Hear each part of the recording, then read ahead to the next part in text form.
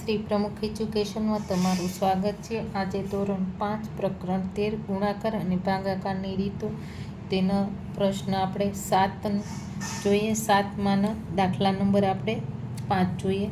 તો અહીંયા આપણે 7 એકાનો ઘડિયો આપ્યો છે, તો કે 7 અહીંયા પણ 7 છે એટલે 7 એકાને તો કે 7 બરાબર। 7માં 7 જાય તો 0, ઉપરથી આપણે 9 ઉતારીએ તો ફરીથી તો 7 એકાને 7, તો 9માંથી 7 જાય તો અહીંયા મળે 2। હવે આપણે ઉપરથી 9 ઉતારવાના છે, તો કે 7 ચોક તો કે 28, તો 9માંથી 8 જાય તો કે 1 વય તો, અને 2માંથી 2 જાય તો કે 0।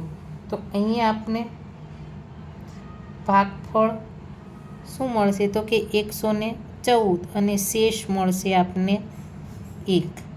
તેવી રીતના દાખલા નંબર આપણે 6 જોઈએ। તો અહીંયા 8 એકાનો ઘડિયો, તો કે અહીંયા આપણે શું કરવાનું તો કે 8 9 તો કેટલા થાય તો કે 72।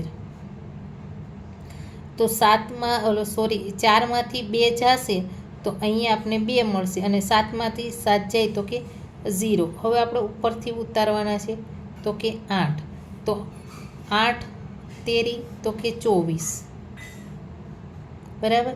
8માંથી 4 જાય તો અહીંયા મળશે 4, ને 2માંથી 2 જશે તો કે 0।